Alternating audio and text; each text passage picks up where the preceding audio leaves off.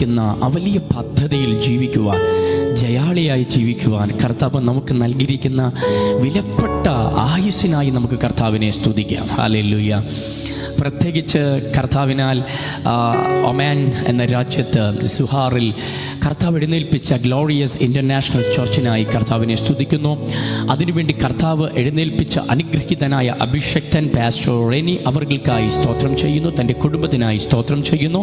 തന്നോടൊപ്പം ആത്മീക പ്രവർത്തനങ്ങളിൽ ആമേൻ ചുക്കാൻ പിടിച്ചുകൊണ്ട് ദൈവരാജ്യത്തിൻ്റെ ശുശ്രൂഷ ആ രാജ്യത്തിൽ ആമേൻ വെളിപ്പെടുത്തുവാൻ തന്നോടൊപ്പം ആയിരിക്കുന്ന എല്ലാ സുവിശേഷ പ്രവർത്തകർ, ദൈവഭൃത്യന്മാർ, എല്ലാ ആമേൻ ദൈവ മക്കൾക്കായി ഞാൻ സ്തോത്രം ചെയ്യുന്നു. ഇന്ന് രാത്രി ഈ സൂം ഓൺലൈനിലൂടെയും ഫേസ്ബുക്ക് ഓൺലൈനിലൂടെയും ഞങ്ങളെ ശ്രദ്ധിച്ചുകൊണ്ടിരിക്കുന്ന ആമേൻ എല്ലാ കർത്താവിൻ്റെ മക്കൾക്കായി സ്തോത്രം. നിങ്ങൾ വീണ്ടും ഈ ആമേൻ പ്ലാറ്റ്ഫോമിലൂടെ ദൈവവചനം കൊണ്ട് ശുശ്രൂഷിക്കുവാൻ ഞങ്ങൾക്ക് കർത്താവ് തന്ന ദൈവകൃപയ്ക്കായി സ്തോത്രം ചെയ്യുന്നു. പ്രത്യേകിച്ച് ഗ്ലോറിയസ് ഇൻ്റർനാഷണൽ ചർച്ച് ആമേൻ ദൈവമക്കളുടെ ആത്മീക ഉണർവിനായി, രൂപാന്തരത്തിനായി, ആത്മാവിൽ ദൈവജനം ഉണരുവാൻ, ആത്മാവിൽ ശക്തിപ്പെടുവാൻ, ആത്മാവിൻ്റെ ഇഷ്ടത്തിലേക്ക് ദൈവജനം അലിഞ്ഞു ചേരുവാൻ, ദൈവത്തിന് ഈ തലമുറയിൽ ഈ കാലഘട്ടത്തിൽ ഞങ്ങളോട് എന്താണ് സംസാരിക്കാനുള്ളത് എന്ന തിരിച്ചറിവിന് വേണ്ടി ദൈവപാദപീഠത്തെങ്കിൽ 40 ദിവസം അവർ ദൈവസന്നിധിയിൽ പ്രാർത്ഥനയും ആരാധനയും ദൈവശബ്ദവും പ്രവചന ശബ്ദവും അത്ഭുതങ്ങളും അടയാളങ്ങളും വീര്യപ്രവൃത്തികളും ദൈവ സാന്നിധ്യവുമായിട്ടൊക്കെ ഈ 40 ദിവസങ്ങൾ ദൈവസന്നിധിയിൽ ഇരിക്കുന്നത് തന്നെ ഏറ്റവും അനുഗ്രഹിക്കപ്പെട്ടൊരു കാര്യമാണ്. അതിൽ 16ാമത്തെ രാത്രിയാണ് നമ്മൾ വന്നിരിക്കുന്നത്. ഈ 15-16 ദിവസങ്ങളിൽ നിങ്ങളുമായിട്ട് ശുശ്രൂഷിക്കാനും നിങ്ങളുമായിട്ട് ചില മണിക്കൂറുകൾ പങ്കിടുവാനും കർത്താവ് ഞങ്ങളുടെ ജീവിതത്തിൽ തന്ന വിലപ്പെട്ട നിമിഷങ്ങളെ എന്നും ഞങ്ങൾ ഓർക്കുന്നു. അതിന് മുഖാന്തരമായി മാറിയ റെനി പാസ്റ്ററിനും ചർച്ചിനും ആമേൻ ഞങ്ങളുടെ ഹൃദയം നിറഞ്ഞ സ്നേഹവും നന്ദിയും ഈ സമയത്ത് അർപ്പിക്കുന്നു. കർത്താവ് നമ്മെ എല്ലാവരെയും തൻ്റെ കൃപയ്ക്കുള്ളിൽ വഹിക്കട്ടെ, തൻ്റെ സമാധാനത്തിൽ നിറയ്ക്കട്ടെ. ആമേൻ. ഒരിക്കൽ കൂടെ താങ്ക്സ് പറയുന്നു. ഇന്ന് ഞങ്ങളെ കണ്ടുകൊണ്ടിരിക്കുന്ന ഈ ലൈവിലൂടെ കണ്ടുകൊണ്ടിരിക്കുന്ന ഏകദേശം 60 പേരെ ഞാൻ കാണുന്നു.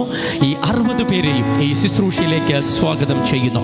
ആമേൻ. നമ്മുടെ മുമ്പിൽ സമയം പരിമിതി ഉള്ളതുകൊണ്ട് ബാക്കി എല്ലാ വാക്കുകളും ആമേൻ സ്റ്റോപ്പ് ചെയ്തിട്ട് ഇന്ന് രാത്രി പരിശുദ്ധാത്മാവ് നമ്മിലൂടെ വെളിപ്പെടുത്തുവാൻ ആഗ്രഹിക്കുന്ന ദൈവ വചനത്തിൻ്റെ വെളിപ്പാടിലേക്ക് കാതോർക്കുന്നു. നമുക്ക് വായിക്കാം. കഴിഞ്ഞ രാത്രി നാം വായിച്ചതിൻ്റെ തുടർമാനമായ ചില വെളിപ്പാടുകൾ ഇന്നും നമ്മൾ ഒരുമിച്ച് കേൾക്കുന്നു. നിങ്ങൾ ഇരിക്കുന്ന ഭവനത്തിൽ ആമേൻ ഒരു പക്ഷേ നമ്മുടെ ലൈഫിൽ ഇതുവരെ എക്സ്പീരിയൻസ് ചെയ്യാത്ത മീറ്റിങ്സുകളാണ് ഈ മൊബൈലിലൂടെ, ഓൺലൈനിലൂടെ, ലാപ്ടോപ്പിലൂടെ ഒക്കെ നമ്മൾ കണ്ടുകൊണ്ടിരിക്കുന്നത്. നമ്മൾ ചർച്ചിൽ പോയി നേരിട്ട് ആരാധിച്ചവരാ. അപ്പോൾ നമ്മുടെ ലൈഫിൽ നമ്മളിത് എക്സ്പീരിയൻസ് ചെയ്തിട്ടില്ല. എന്നാലും ആമേൻ ഒരു വീഡിയോ കാണുന്ന ലാഘവത്തിലിരിക്കാതെ, ആമേൻ ഒരു മൊബൈൽ ഫോണിൽ നോക്കിയിരിക്കുന്ന ലാഘവത്തിലിരിക്കാതെ ദൈവശബ്ദം വരുമ്പോൾ അത് സ്വീകരിക്കാൻ, ആത്മാവ് സംസാരിക്കുമ്പോൾ അത് പിടിച്ചെടുക്കുവാൻ, ഭവനത്തിലാകട്ടെ എവിടെയാകട്ടെ ദൈവാത്മാവിനോട് പ്രതികരിക്കാൻ, മുൻവിധികളെ മാറ്റിവെച്ചിട്ട് നിങ്ങളിരിക്കുന്നിടത്ത് ആത്മാവിൽ ഇരുന്നു കൊണ്ട് പ്രാർത്ഥിക്കുകയും ആരാധിക്കുകയും വചനത്തെ സ്വീകരിക്കുകയും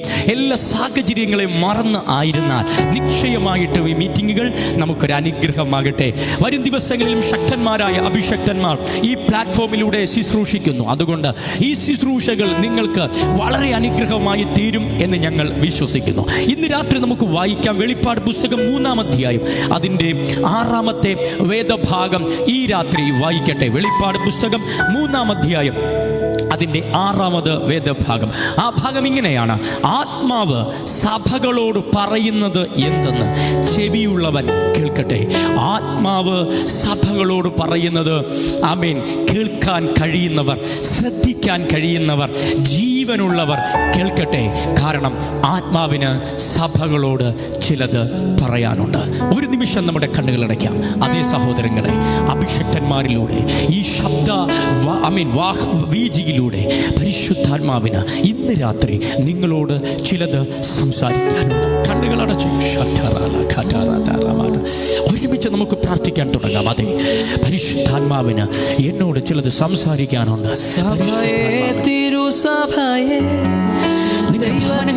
അന്തരീക്ഷത്താൽ നിറയ്ക്കപ്പെടട്ടെ. സഭയെ, പ്രിയ സഭയെ, യേശുവിനെ മറന്നിടല്ലേ. സനയെ മറന്നു പോയാ ഉടലിന് വിലയില്ലല്ലോ. തലയോട് മറുത സാന്നിധ്യത്തിൽ നമുക്ക് നമുക്ക് സബ്മിറ്റ് ചെയ്യാം. ഉടലിനു വിലയില്ലല്ലോ സഭയെ, തിരുസഭയെ, ദൈവത്തെ മറന്നിടല്ലേ സഭയെ, പ്രിയ സഭയെ, യേശുവിനെ മറന്നിടല്ലേ. സഭയെ മറന്നു പോയാൽ ഉടലിനു വിലയില്ലല്ലോ. തലയോട് മറുതലിച്ച ഉടലിനു വിലയില്ലല്ലോ.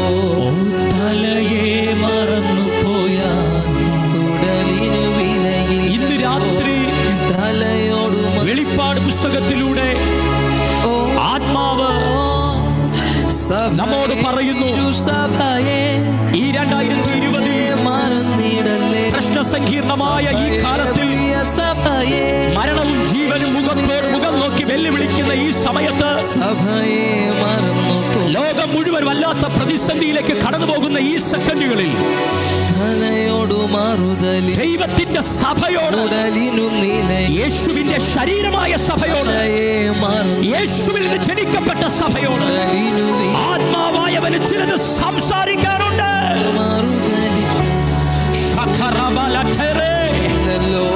സാഹചര്യങ്ങളെ അതിജീവിക്കുന്ന ദൈവശബ്ദം, ജയത്തിന്റെ ശബ്ദം, നാം ആരാണെന്ന് തിരിച്ചറിഞ്ഞുകൊണ്ട് നമ്മോട് സംസാരിക്കുന്ന ദൈവശബ്ദം, നമ്മുടെ പ്രസന്റ് സിറ്റുവേഷനെ നമുക്ക് വെളിപ്പെടുത്തുന്ന ദൈവശബ്ദം, നമ്മോട് മാത്രമായി പരിശുദ്ധാത്മാവിന് ചിലത് സംസാരിക്കും. സഭയെ, തിരുസഭയെ, ദൈവത്തെ മറന്നിടല്ലേ സഭയെ, സഭയെ, പ്രിയ യേശുവിന്റെ ശരീരമായ സഭയെ, യേശുവിനെ മറന്നിടല്ലേ യേശുവിന്റെ ശരീരമായ സഭയെ. ഉടലിനു വിലയില്ലല്ലോ തലയോട് മറുതലിച്ചാൽ പരിശുദ്ധാത്മാവേ, വിലയില്ലല്ലോ. ഞങ്ങളോട് അങ്ങേക്ക് തലയെ മറന്നു വിലയേറിയ കാര്യങ്ങൾ സംസാരിക്കാനുണ്ടെന്ന് ഞങ്ങൾക്കറിയാം. ഈ മണിക്കൂറുകൾ എന്റെ മക്കൾ സമയം മാറ്റിവെച്ച് അവരിവിടെ ഇരിക്കുന്നത് തന്നെ എന്തെങ്കിലും ചിലത് കേട്ടിട്ട് പോകാനല്ല, കുറച്ച് സമയങ്ങൾ നഷ്ടമാക്കി കളയാനുമല്ല. വ്യക്തമായി പരിശുദ്ധാത്മാവിന്റെ ശബ്ദം ഞങ്ങൾക്ക് കേൾക്കാം. വിവിധ രാജ്യങ്ങളിൽ, വിവിധ പട്ടണങ്ങളിൽ ഒരേ സമയം ഇരുന്നു ഞങ്ങൾ ഒരുമിച്ച് ആത്മാവിന്റെ ആ നിയന്ത്രണത്തിലേക്ക് കയറി വരുന്നു.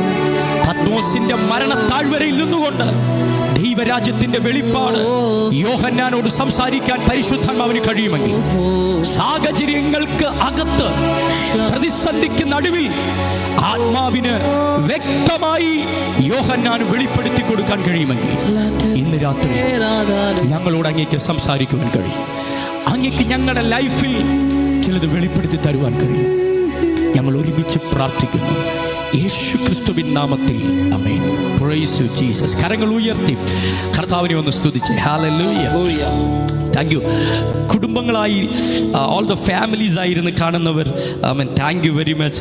ആമേൻ, എല്ലാവരെയും കാണുന്നു. ആമേൻ, നിങ്ങളെയൊക്കെ കാണുന്നതിൽ വളരെ സന്തോഷം, നിങ്ങളെ ശുശ്രൂഷിക്കുന്നതിൽ വളരെ സന്തോഷം. ആമേൻ, നിങ്ങളുടെ ചിരിക്കുന്ന മുഖം കാണുന്നതിൽ വളരെ സന്തോഷം. ആമേൻ, എനിക്കറിയാം നമ്മൾ ഒരുപാട് പ്രശ്നങ്ങളും പ്രതികൂലങ്ങളും ഒക്കെ ഉള്ളവരാണ്. എന്നാലും ഈ പ്രതിസന്ധിക്ക് നടുവിലും ചിരിക്കാൻ കഴിയുന്നത് സഭയ്ക്കാണ്. ആരാണ് സഭ? യേശുവിൻ്റെ ശരീരമാണ് സഭ. സഹോദരങ്ങളെ, ആമേൻ, നാം അറിയേണ്ട ഒരു കാര്യം ഇതാണ്: ഞാൻ യേശുവിൻ്റെ ശരീരമാണ്, എൻ്റെ തല ക്രിസ്തുവാണ്. ഇതാണ് പുതിയ നിയമസഭ അറിയേണ്ട ഒരു വാല്യുബിൾ റെവലേഷൻ. ആമേൻ.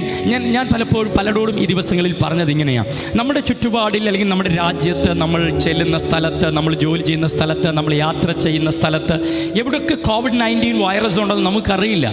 ആമേൻ. കേരളത്തെ സംബന്ധിച്ചെടുത്താണെങ്കിൽ അത് വർദ്ധിച്ചുകൊണ്ടിരിക്കുന്നു. ഞാൻ പാർക്കുന്ന എൻ്റെ തലസ്ഥാന നഗരിയായ ട്രിവാൻഡ്രത്താണെങ്കിൽ വർദ്ധിച്ചുകൊണ്ടിരിക്കുന്നു. സോ എവിടെയാണ് ഇതോടെ നമുക്കറിയില്ല. പക്ഷെ നമുക്കൊരു കാര്യം പറയാൻ കഴിയും: നിങ്ങൾ പുറത്തിറങ്ങുമ്പോൾ, നിങ്ങൾ ജോലി സ്ഥലത്ത് പോകുമ്പോൾ ഒരു കാര്യം നിങ്ങൾക്ക് കൽപ്പിച്ചിട്ട് പോകാൻ കഴിയും: I am a body of Christ. ഞാൻ യേശുവിൻ്റെ ശരീരമാണ്. ആമേൻ. എൻ്റെ തല ക്രിസ്തുവാണ്. സഹോദരങ്ങൾ, ഇത് പ്രസംഗ ഭാഷയല്ല, ഇത് ട്രൂത്താണ്, ഇത് സത്യമാണ്. ഈ ഒരു റെവലേഷൻ നിങ്ങൾ നിങ്ങളുടെ ശരീരത്തോട് കൽപ്പിച്ചാൽ, ഞാൻ വിശ്വസിക്കുന്നു ഈ വൈറസ് നിങ്ങളിൽ എൻ്റർ ചെയ്താൽ പോലും ഈ വൈറസ് നിങ്ങളിൽ ശക്തി ക്ഷയിച്ചു പോകും. ഞാനിത് വിശ്വസിക്കുന്നയാളാണ്. എത്ര പേര് അല്ലെങ്കിൽ നമ്മൾ എത്ര പേരുടെ ശരീരത്തിൽ ഈ വൈറസ് വന്ന് നമുക്കറിയില്ല. നമ്മളിതൊന്നും അറിയുന്നില്ല. പക്ഷെ ഞാൻ വിശ്വസിക്കുന്നു I am a body of Christ. എത്ര പേർക്ക് അത് പറയാൻ കഴിയും? നിങ്ങളുടെ കരമെടുത്ത് നിങ്ങളുടെ നെഞ്ചത്ത് വച്ച് നിങ്ങളൊന്ന് പറഞ്ഞ് I am a body of Christ. ഞാൻ യേശുവിൻ്റെ ശരീരമാണ്, ഞാൻ യേശുവിൻ്റെ ശരീരമാണ്. സഹോദരങ്ങളെ, ഈ വാക്കുകൾക്കകത്ത് വലിയ ഹീലിങ്സ് നടക്കും. ഇന്നത്തെ ശുശ്രൂഷയിൽ സൗഖ്യം ആഗ്രഹിക്കുന്നവരുണ്ടോ? ചിലർ പറയുമ്പോൾ സൗഖ്യം വചനമാണോ? സൗഖ്യമുണ്ട്. ശുശ്രൂഷയാണോ? സൗഖ്യമുണ്ട്. സുവിശേഷമാണോ? അതിനകത്ത് സൗഖ്യമുണ്ട്, രക്ഷയുണ്ട്, വിടുതലുണ്ട്, അത്ഭുതമുണ്ട്.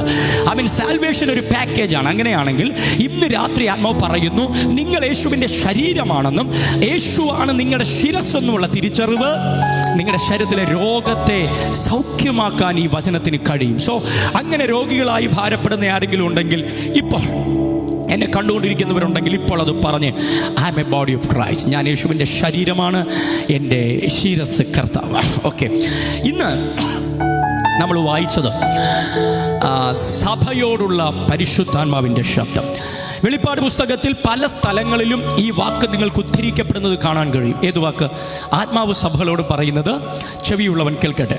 എന്നാൽ ഞാൻ മറ്റു ചില ബൈബിളുകൂടെ ഞാനൊന്ന് പഠിച്ചപ്പോൾ ഡിഫറെൻറ്റ് ട്രാൻസ്ലേഷൻസിൽ ഒരു ബൈബിൾ ഇങ്ങനെയാണ് പറഞ്ഞത്, ഹൃദയം തുറന്ന് കേൾക്കാൻ ശക്തിയുള്ളവർ കേൾക്കട്ടെ. ഒരു ബൈബിൾ അങ്ങനെ ട്രാൻസ്ലേറ്റ് ചെയ്തിട്ടുണ്ട്. അതെനിക്ക് കുറച്ചുകൂടി ഇഷ്ടപ്പെട്ടു. ആത്മാവ് സഭകളോട് പറയുന്നത് ഹൃദയം തുറന്ന് കേൾക്കാൻ കഴിയുന്നവർ കേൾക്കട്ടെ. അതെ, ഇന്ന് ആത്മാവിൻ്റെ ശബ്ദമാണ്. അതുകൊണ്ട് ആത്മാവിനാൽ അത് ഏറ്റെടുക്കുക. ആത്മാവ് സഭകളോട് പറയുന്നത് സഭ കേൾക്കട്ടെ. എന്താണ് വെളിപ്പാട് പുസ്തകത്തിൻ്റെ കൺസെപ്റ്റിലുള്ള സഭ? കഴിഞ്ഞ രാത്രി ഞാനിതിൻ്റെ ഒരു ഇൻട്രഡക്ഷൻ പാർട്ട് നിങ്ങളോട് പറഞ്ഞു. അതിലേക്ക് ഞാൻ കടക്കുന്നില്ല. എന്താണ് അതിൻ്റെ ഏറ്റവും വലിയ അത്ഭുതം? ഇതാണ്. അഭിഷിക്തനായ യോഹന്നാൻ പത്മോസിൽ ആയിരുന്നു. I was on the island of Patmos. അടുത്ത വാക്ക് but I was in the spirit എന്ന് പറഞ്ഞാൽ ഞാൻ പത്മോസിലായിരുന്നു എന്നതിനേക്കാൾ ആ മനുഷ്യൻ പറയാൻ ആഗ്രഹിച്ചത് ഞാൻ ആത്മാവിലാണ്. സ്തോത്രം. ഞാൻ പത്മോസിലാണ് എന്നതിനേക്കാൾ വെളിപ്പാട് പുസ്തകത്തിലൂടെ ആ മനുഷ്യൻ നമ്മെ പഠിപ്പിച്ചത് I am in the spirit. So ആത്മാവിൽ ജനിക്കപ്പെട്ട, വീണ്ടും ജനിക്കപ്പെട്ട ദൈവമക്കളെ, ഞങ്ങൾ പ്രശ്നത്തിലാണ്, ഞങ്ങൾ പ്രതിസന്ധിയിലാണ് എന്നതിനേക്കാൾ ആത്മാവായവർ, ആത്മാവിൽ ജീവിക്കുന്നവർ പറയുന്നത് പ്രതികൂലങ്ങൾ ഞങ്ങൾക്കുണ്ട്, കഷ്ടതകൾ ഞങ്ങൾക്കുണ്ട്, പക്ഷെ ഞങ്ങൾ ജീവിക്കുന്നത് കഷ്ടതയിലല്ല, ജീവിക്കുന്നത് പ്രതിസന്ധിയിലല്ല, ആത്മാവിലാണ്. എത്ര പേർക്ക് ഒരു ആമേൻ പറയാൻ കഴിയും? Praise you Jesus. നിങ്ങൾ പുതു നിയമ ലേഖനങ്ങളൊക്കെ ഒന്ന് പഠിച്ചു നോക്കിക്കേ. അപ്പോസ്തലന്മാരെ എഴുത്തുകളൊന്ന് പഠിച്ചു നോക്കിക്കേ. എന്നെ എപ്പോഴും ശക്തിപ്പെടുത്തിയ ഒരു ഭാഗമുണ്ട്. റോമൻ കാരാഗൃഹത്തിനകത്ത് കിടക്കുന്ന ഒരു മനുഷ്യനാണ് അപ്പോസ്തലനായ പൗലോസ്. പക്ഷേ അദ്ദേഹം റോമൻ കാരാഗൃഹത്തിൽ നിന്ന് എഴുതിയ കാരാഗൃഹ ലേഖനത്തിനകത്ത് അദ്ദേഹം എഴുതി വച്ചേക്കുന്ന ഒരു പദമുണ്ട്. I am in Christ. ഞാൻ ക്രിസ്തുവിലാണ്. ലോകം പറഞ്ഞു അദ്ദേഹം ജയിലിലാണ്. സാഹചര്യം പറഞ്ഞു അദ്ദേഹം ചങ്ങലയിലാണ്. ചിലർ പറഞ്ഞു അദ്ദേഹം നിയമത്തിനകത്താണ്. പക്ഷേ സകലരും അദ്ദേഹം കാരാഗൃഹത്തിലാണ്, ചങ്ങലയിലാണ്, നിയമത്തിലാണ്, ശിക്ഷാവിധിയിലാണെന്ന് പറയുമ്പോൾ അതിനകത്തുനിന്ന് എഴുതിയ ലേഖനം പറയുന്നു ഞാൻ ക്രിസ്തുവിലാണ്. അദ്ദേഹം എന്താ പറഞ്ഞത്? സഹോദരങ്ങളെ, ഞാൻ കാരാഗൃഹത്തിലാണ്, ഞാൻ ജയിലിലാണ്, എൻ്റെ ശരീരമാണ് കാരാഗൃഹത്തിൽ, എൻ്റെ ആത്മാവ് ക്രിസ്തുവിലാണ്. അതുകൊണ്ട് അദ്ദേഹം എപ്പോഴും പറഞ്ഞത് ഐ ആം ഇൻ ക്രൈസ്റ്റ്. അങ്ങനെ പറഞ്ഞാലുള്ള പ്രത്യേകത എന്താണെന്നറിയോ? ആ കാരാഗൃഹത്തിൽ എന്ത് നടക്കണമെന്ന് ആത്മാവായവൻ തീരുമാനിക്കും. അതാണ് അദ്ദേഹം പറഞ്ഞത്. ഈ ജയിലിനകത്ത് എന്നെ കൊണ്ടിടുമ്പോൾ ലോകം പറഞ്ഞത് പോൾ വാസ് ഇൻ ജയിൽ, പക്ഷെ പോൾ പറഞ്ഞത് ഐ ആം ഇൻ ക്രൈസ്റ്റ്. അപ്പോൾ അതിൻ്റെ വെളിപ്പാട് എന്താണെന്നറിയോ? ഈ കാരാഗൃഹത്തിനകത്ത് എന്നെ കർത്താവ് കൊണ്ടുവന്നെങ്കിൽ അതിൻ്റെ പിറകിലൊരു പദ്ധതിയുണ്ട്. ഈ ചങ്ങല എൻ്റെ കയ്യിൽ വീണെങ്കിൽ ഈ ചങ്ങലയ്ക്കകത്തൊരു പദ്ധതിയുണ്ട്. ഇന്ന് വിശ്വാസത്തോടെ നമുക്ക് ഒരുമിച്ച് പറയാം, എന്നെ ദൈവം ഏതെങ്കിലും കഷ്ടതയിലൂടെ കടത്തിവിട്ടെങ്കിൽ ആ കഷ്ടതയ്ക്കകത്ത് എനിക്ക് മാത്രമായൊരു പദ്ധതിയുണ്ട്. ദൈവം എന്നെ ഏതെങ്കിലും നിരാശയിലൂടെ കടത്തിവിട്ടെങ്കിൽ ആ നിരാശയ്ക്കകത്ത് എനിക്ക് മാത്രമായൊരു പ്രത്യാശയുണ്ട്. എൻ്റെ ദൈവം ഏതെങ്കിലും പ്രതികൂലങ്ങൾ എൻ്റെ ഭവനത്തിൽ അനുവദിച്ചിട്ടുണ്ടെങ്കിൽ ആ പ്രതിസന്ധിക്കകത്ത് ദൈവത്തിന് എന്നെക്കുറിച്ചൊരു പദ്ധതിയുണ്ട്. അടുത്തയാളെ തൊട്ടിട്ട് പറഞ്ഞേ, നമ്മെക്കുറിച്ച് ദൈവത്തിന് വലിയൊരു പദ്ധതിയുണ്ട്. നമ്മെക്കുറിച്ച് ദൈവത്തിന് വലിയൊരു പദ്ധതി. ഉറക്കെ പറഞ്ഞേ, ദൈവത്തിന് നമ്മെക്കുറിച്ചൊരു പദ്ധതിയുണ്ട്. പ്രശ്നം മുൻപിൽ കാണുമ്പോൾ, പ്രതികൂലങ്ങൾ മുമ്പിൽ കാണുമ്പോൾ, നിരാശകൾ മുമ്പിൽ വരുമ്പോൾ, ആമേൻ, പ്രതീക്ഷിക്കാത്ത ചില കാര്യങ്ങൾ വരുമ്പോൾ എല്ലാം നഷ്ടപ്പെട്ടു എന്നല്ല ആത്മാവിൽ വസിക്കുന്നവർ പറയുന്നത്. ഇതിനകത്തും ദൈവത്തിനൊരു പദ്ധതിയുണ്ട്. എങ്കിൽ 2020 COVID-19 ഈ ഭൂമിയിൽ അനുവദിക്കപ്പെട്ടെങ്കിൽ ഞങ്ങൾ പറയുന്നു ദൈവത്തിന് ഈ ഭൂമിയിൽ ഒരു വലിയ പദ്ധതിയുണ്ട്. വിശ്വസിക്കുന്നവർ കരങ്ങൾ ആടിച്ചാമേൻ പറഞ്ഞേ. ഹല്ലേലൂയ. അപ്പോൾ വെളിപ്പാട് പുസ്തകത്തിൽ ആത്മാവിൽ വസിക്കുന്ന യോഹന്നാൻ, ആത്മാവിലൊരു ഷിഫ്റ്റ് നടന്നു. അദ്ദേഹം ആത്മാവിലായി. മലയാളം ബൈബിളിൽ ആത്മവിവശത എന്ന് പറയുന്നു. എന്താണ് ആത്മവിവശത? ഇംഗ്ലീഷ് ബൈബിളിൽ ഐ ആം ഇൻ സ്പിരിറ്റ് എന്ന് പറയുന്നു. ഈ ആത്മവിവശതയെ കുറിച്ച് ഞാൻ പഠിക്കാൻ ആരംഭിച്ചപ്പോൾ അതിൽ എനിക്ക് മനസ്സിലായ ഒരു ചിന്ത എനിക്ക് വളരെ ചിന്തനീയമായി തോന്നി. എന്താണ് ആത്മവിവശത? He is separated from the situation and entered to the presence of God. അങ്ങനെ ഒരു ഡെഫിനിഷൻ ഞാൻ ഒരു സ്ഥലത്ത് പഠിക്കുകയുണ്ടായി. എന്ന് പറഞ്ഞാൽ ഒരു മനുഷ്യൻ ആത്മാവിനകത്ത് കൺട്രോൾഡ് ആകുന്ന അവസ്ഥ. ഒന്നുകൂടെ പറഞ്ഞാൽ ഒരു ഗ്ലോറിയസ് സർക്കിൾ, ഒരു പ്രൊട്ടക്ഷൻ, ഒരു കവറിങ് യോഹന്നാന്റെ മേൽ വരുന്ന ഒരവസ്ഥ. അതിന് ഞാൻ ഒന്നുകൂടെ വിശദീകരിച്ചാൽ, അദ്ദേഹം ആയിരുന്ന സിറ്റുവേഷനിൽ നിന്നും അദ്ദേഹം ആയിരിക്കേണ്ട ദൈവപ്രവൃത്തിയിലേക്ക് അദ്ദേഹത്തെ സെപ്പറേറ്റ് ചെയ്ത എ മാർവലസ് പ്രൊട്ടക്ഷൻ.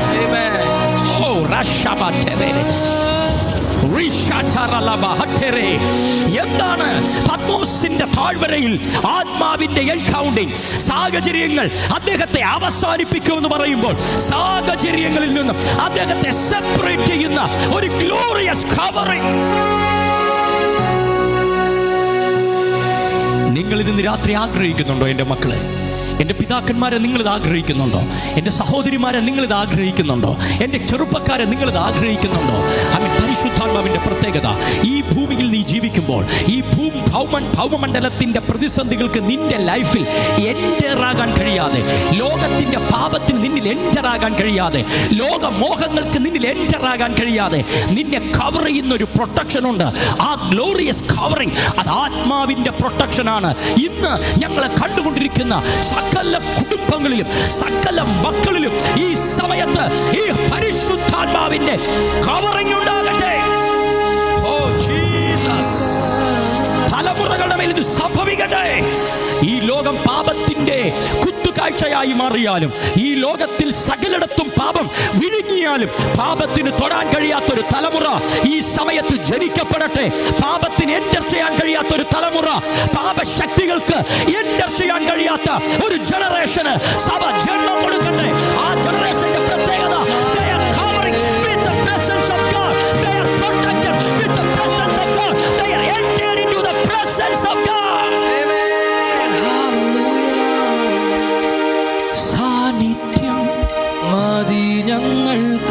സാന്നിധ്യത്തിൽ വസിക്കുന്ന ഒരു തലമുറ ജനിക്കട്ടെ. നമ്മുടെ ചർച്ചിനകത്തുനിന്ന് സാന്നിധ്യം കൊതിക്കുന്ന ഒരു തലമുറയെ നിങ്ങൾ ജനിപ്പിക്കും. ഈ സഭയ്ക്കകത്ത് പ്രസൻസ് ക്യാരി ചെയ്യുന്ന ഒരു ജനറേഷൻ ആത്മാവ് പുറത്തെടുക്കും. അവർ കൊതിയോടെ കാണുന്നത് പ്രസൻസ് ആയിരിക്കും. അവർ ഇഷ്ടപ്പെടുന്നത് സാന്നിധ്യമായിരിക്കും. സാന്നിധ്യത്താൽ പ്രൊട്ടക്ട് ചെയ്യപ്പെടുന്ന ഒരു തലമുറ ജനിക്കട്ടെ.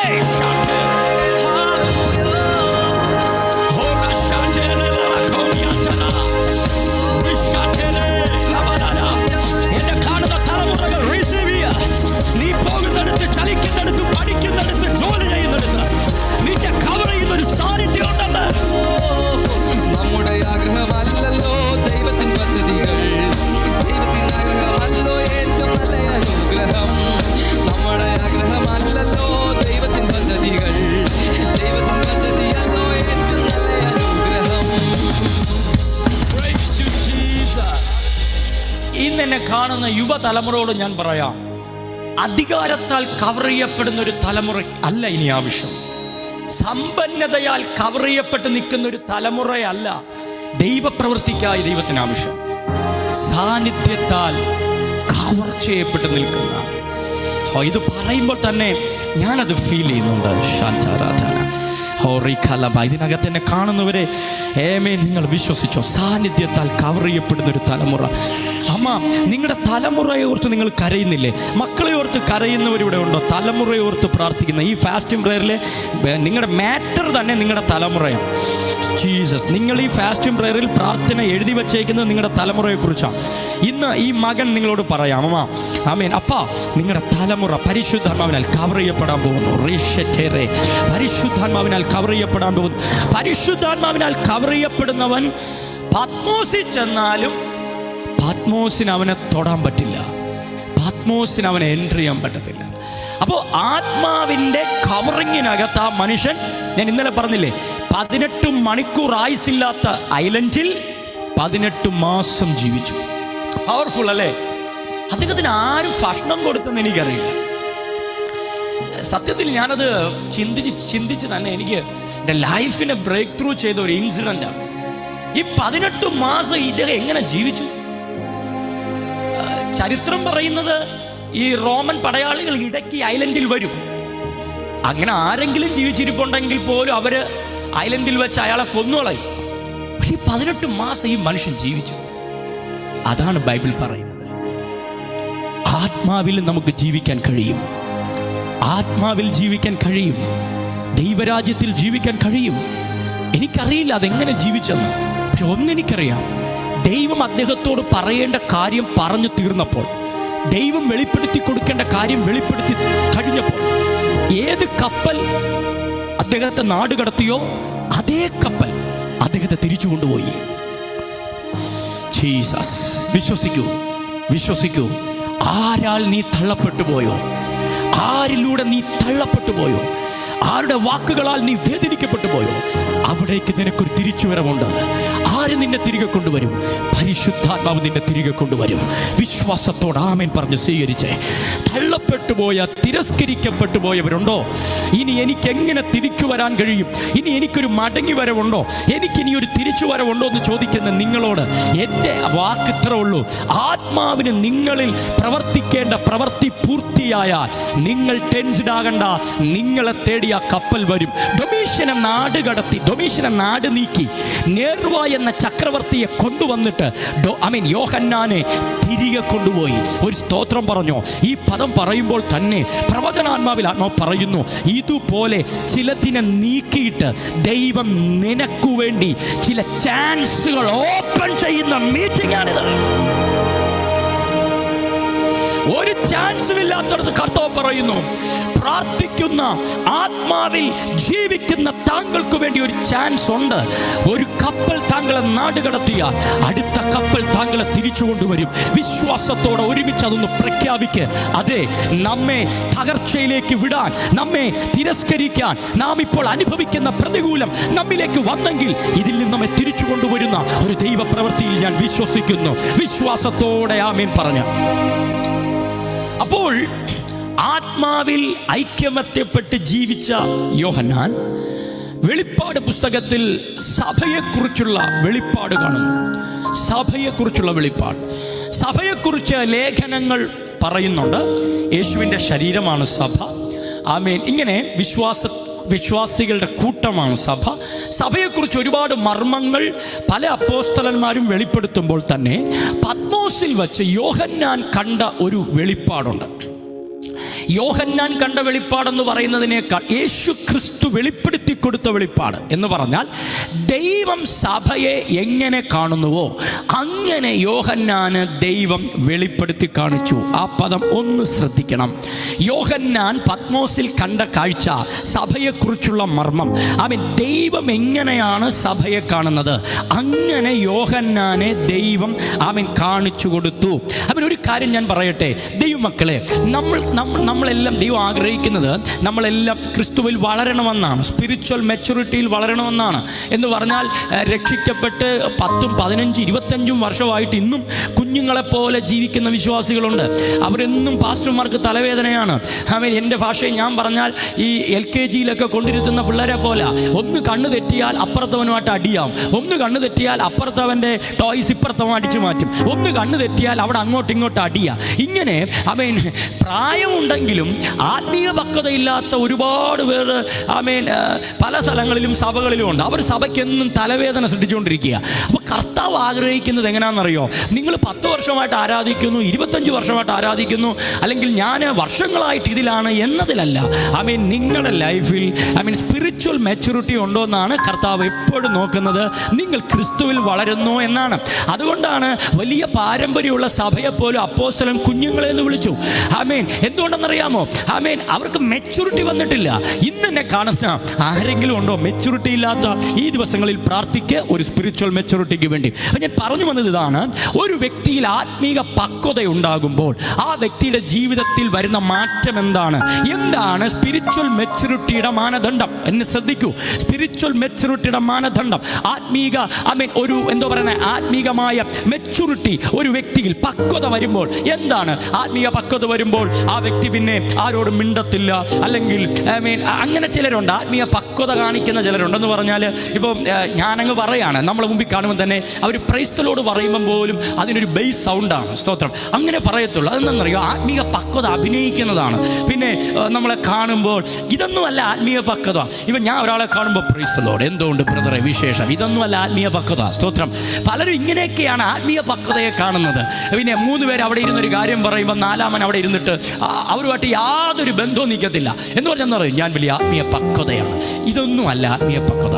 ഇന്ന് എന്നെ കാണുന്ന വിശ്വാസ സമൂഹമേ, ഒരു എളിയ ദേവദാസൻ നിലയിൽ ഞാൻ നിങ്ങളെ പഠിപ്പിക്കട്ടെ. എൻ്റെ ചർച്ചിനെ ഞാൻ പഠിപ്പിക്കുന്നത് പോലെ നിങ്ങളെ ഞാൻ പഠിപ്പിക്കാം. എന്താണ് സ്പിരിച്വൽ മെച്യൂരിറ്റി? വേദപുസ്തകത്തിനകത്ത് ആത്മാവിൽ എനിക്ക് ദൈവം പ്രകാശിപ്പിച്ചൊരു വാക്ക് ഞാൻ പറയാം. ഒരുവൻ്റെ അകത്ത് ആത്മീയ പക്വത വന്നാൽ ദൈവം ഒരു വിഷയത്തെ കാണുന്നത് പോലെ കാണുവാൻ അവന് പ്രാപ്തിയുണ്ടാവും. ഞാൻ ആ പദം ഒന്നുകൂടെ പറയുന്നു, നിങ്ങൾക്ക് നോട്ട് ചെയ്യണമെങ്കിൽ നോട്ട് ചെയ്ത് വയ്ക്കാം. എന്താണ് ആത്മീയ പക്വത? ആത്മീയ പക്വതയുടെ മാനദണ്ഡം എന്നാണ്? എന്താണ് സ്പിരിച്വൽ മെച്യൂരിറ്റിയുടെ പൂർണ്ണത? സ്പിരിച്വൽ മെച്യൂരിറ്റി എന്ന് പറയുന്നത് ദൈവം ഒരു വിഷയത്തെ കാണുന്നത് പോലെ, ദൈവം ഒരു വിഷയത്തെ ഹാൻഡിൽ ചെയ്യുന്നത് പോലെ, ദൈവം ഒരു വിഷയത്തിൽ എന്താണോ കാണുന്നത് അതുപോലെ കാണുവാൻ അവൻ്റെ മകനായ എനിക്ക് പ്രാപ്തി ഉണ്ടാകുന്നതാണ് എൻ്റെ സ്പിരിച്വൽ മെച്യൂരിറ്റി. പറയാം, യേശു 33 വർഷത്തിലെ 3.5 വർഷം പൊതുസമൂഹത്തിൽ ജീവിച്ചു. യേശു ആരായിട്ടാ ജീവിച്ചേ? ദൈവത്തിന്റെ പുത്രനായിട്ടാ ജീവിച്ചേ എന്ന് പറഞ്ഞാൽ മനുഷ്യനായി ദൈവത്തിന്റെ പുത്രനായി ജീവിച്ചു.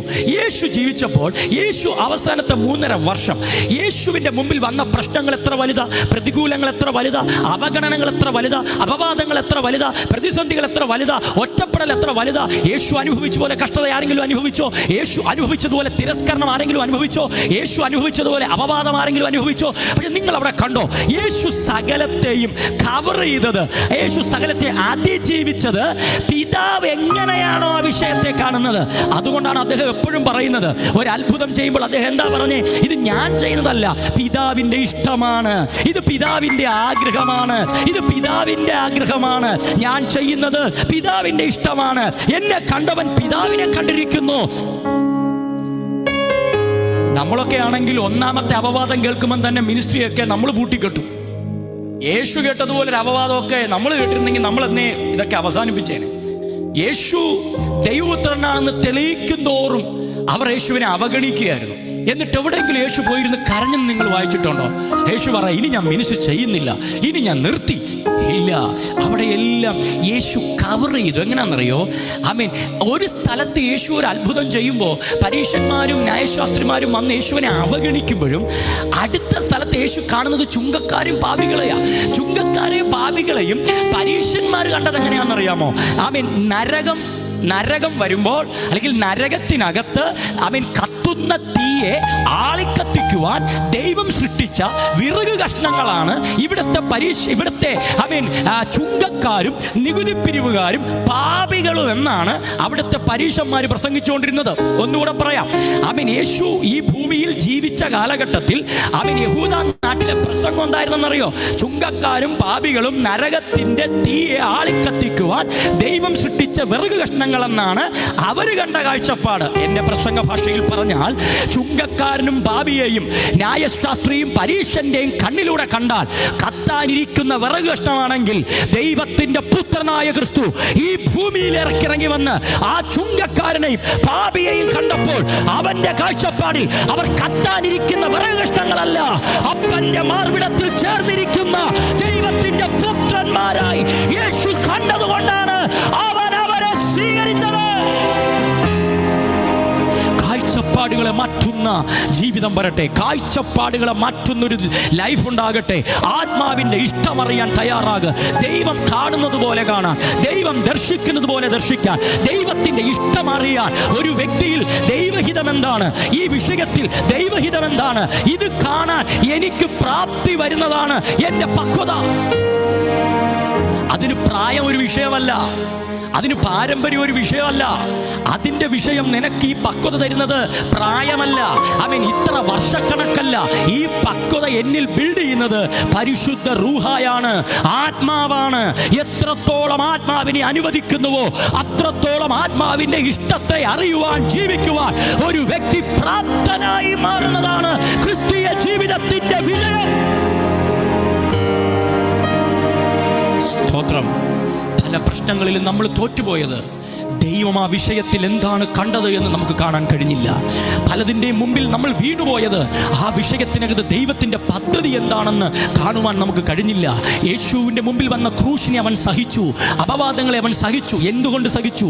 ആ ക്രൂശിനകത്ത് വെളിപ്പെടുത്താനിരിക്കുന്ന പിതാവിൻ്റെ പദ്ധതി അവൻ അറിയാവുന്നത് കൊണ്ട് അവൻ സഹിച്ചു. എങ്കിൽ ഇന്ന് രാത്രി സഭയെ ചിലതൊക്കെ സഹിക്കുന്നതും ചിലതൊക്കെ ക്ഷമിക്കുന്നതും ചിലതിൻ്റെ മുമ്പിലൊക്കെ നമ്മൾ വിശ്വസിക്കുന്നതും നമുക്ക് അറിയാം ഇതിനകത്ത് ദൈവത്തിൻ്റെ ഒരു പദ്ധതിയുണ്ട്, ഇതിനകത്ത് ദൈവത്തിൻ്റെ ഒരു മാസ്റ്റർ പ്ലാൻ ഉണ്ട്. അപ്പം ഞാൻ പറഞ്ഞു വന്നത് ഇങ്ങനെയാണ്. വെളിപ്പാട് പുസ്തകത്തിൽ യോഹന്നാന്റെ കാഴ്ചപ്പാട് ദൈവം മാറ്റി. അതെ, പരിശുദ്ധാത്മാവുമായുള്ള കൂട്ടിമുട്ടലുകൾ, വെളിപ്പാടുകളുമായുള്ള കൂട്ടിമുട്ടലുകൾ നിങ്ങളുടെ കാഴ്ചപ്പാടുകൾ മാറ്റും. ഡെമസ്കോസിന്റെ പടിവാതിൽക്കൽ ന്യായപ്രമാണത്തിന്റെ മകൻ, ദ സൺ ഓഫ് ലോ, എങ്ങനെ അവൻ കൃപയുടെ പുത്രനായി മാറി, ന്യായപ്രമാണത്തിന്റെ മകനായി അവൻ കൊന്നുമുടിക്കുവാൻ എഴുന്നള്ളി വന്നവൻ ഡെമസ്കോസിന്റെ പടിവാതിൽക്കൽ സ്വാതന്ത്ര്യത്തിന്റെ സുവിശേഷ വാഹകനായി മാറിയത്. ആ വെളിപ്പാട് പൗലോസിന്റെ കാഴ്ചപ്പാട് മാറ്റി. അറേബ്യൻ മരുഭൂമിയിൽ 3.5 വർഷം ദൈവവുമായി സംസാരിക്കുമ്പോൾ ദൈവം വെളിപ്പെടുത്തി കൊടുത്തത് വെളിപ്പാടുകളാണ്. ആ വെളിപ്പാടുകൾ ശൗൽ എന്ന ന്യായപ്രമാണത്തിന്റെ പുത്രനിൽ നിന്ന് എന്തും ഏതും വഹിച്ചുകൊണ്ട് ക്രിസ്തുവിനെ പ്രദർശിപ്പിക്കുന്ന കൃപയുടെ വാഹകനായ, സുവിശേഷ വാഹകനായ, ജാതികളുടെ അപ്പോസ്തലനായ പൗലോസ് എന്ന രൂപാന്തരത്തിലേക്ക് അദ്ദേഹത്തെ തിരിച്ചത് ആ വെളിപ്പാടുകളാണ്. ആ വെളിപ്പാടുകളാണ് അദ്ദേഹത്തിന്റെ കാഴ്ചപ്പാടുകൾ മാറ്റിയത്.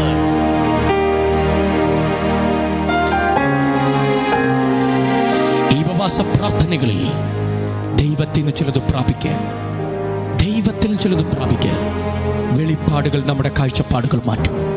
സഭയെ വെളിപ്പാടുകൾ നിന്റെ കാഴ്ചപ്പാട് മാറ്റും. ഇന്നെന്നെ കണ്ടുകൊണ്ടിരിക്കുന്ന പിതാവേ, വെളിപ്പാടുകൾ നമ്മുടെ കാഴ്ചപ്പാട് മാറ്റും. സാധാരണക്കാരനായി തീരേണ്ട നമ്മെ, എവിടെ അവസാനിച്ചു പോകേണ്ട നമ്മെ, എവിടെയൊക്കെയോ സ്വർഗം തിരുത്തിക്കൊണ്ടുവന്നത് ആ വെളിപ്പാടുകളാണ്.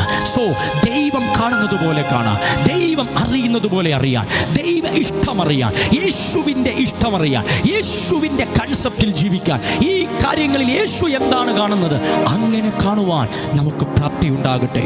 അതിനായി ഞാൻ നിങ്ങൾക്ക് വേണ്ടി പ്രാർത്ഥിക്കുന്നു. അവിടെ സമാധാനമുണ്ടാകും, അവിടെ സ്വസ്ഥതയുണ്ടാകും, അവിടെ ഐക്യതയുണ്ടാകും, അവിടെ സ്നേഹമുണ്ടാകും. കാരണം ഞാൻ കാണുന്നത് യേശു കാണുന്നത് പോലെയാണ്. എൻ്റെ കാഴ്ചപ്പാട് യേശുവിൻ്റെ കാഴ്ചപ്പാടാണ്. അതെന്നിൽ പ്രവർത്തിപ്പിക്കുന്നത് പരിശുദ്ധാത്മാവാണ്. അപ്പോൾ ഇവിടെ യോഹന്നാൻ പത്മോസിൽ വരുമ്പോൾ നമുക്ക് ആരംഭിക്കാം. പത്മോസിലേക്ക് യോഹന്നാൻ വരുമ്പോൾ യോഹന്നാൻ കണ്ടിട്ട് വന്നൊരു കാഴ്ചയുണ്ട്. യോഹന്നാൻ കണ്ടിട്ട് വന്നൊരു കാഴ്ചയുണ്ട്. എന്താണെന്നറിയാമോ? സഭ പീഡനത്തിന്റെ നടുവിൽ നിൽക്കുന്നു. ഇതെഴുതിക്കോ. പത്മോസിൽ വരുന്ന യോഹന്നാൻ കണ്ടിട്ട് വന്ന കാഴ്ചപ്പാട് പീഡനത്തിന്റെ നടുവിൽ നിൽക്കുന്ന സഭ. അതായിരുന്നു ആ സമയം. നിങ്ങൾ വെളിപ്പാട് പുസ്തകം എടുത്തു പഠിച്ചാൽ നിങ്ങൾക്ക് നന്നായിട്ട് മനസ്സിലാകും.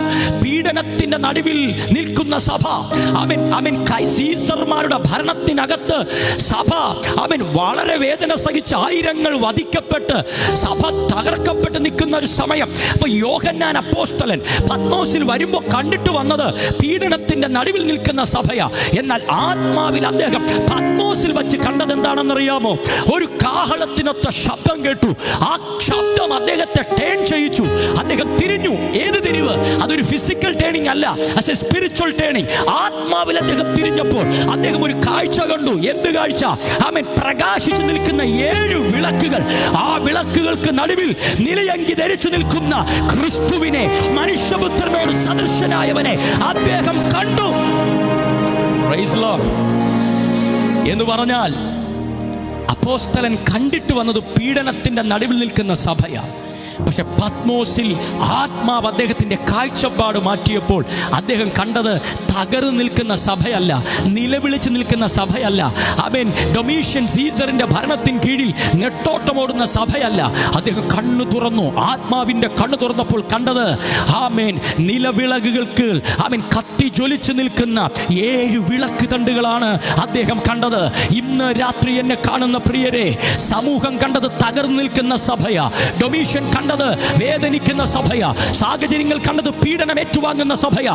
എന്നാൽ വെളിപ്പാടിൽ ഒരു മനുഷ്യൻ കണ്ടത് കത്തി ജ്വലിച്ചു നിൽക്കുന്ന സഭയാണ്. ഇന്ന് രാത്രി വിളിച്ചു പറയാം, സാഹചര്യങ്ങൾ എന്തും കാണട്ടെ, പക്ഷെ സ്വർഗം കാണുന്നത് ജ്വലിക്കുന്ന സഭയാണ്. നിങ്ങൾ തകർന്നവരല്ല, നിങ്ങൾ തകർന്നു പോയവരല്ല. സ്വർഗം നിങ്ങളെ കാണുന്നത് വെളിച്ചമായിട്ടാണ്.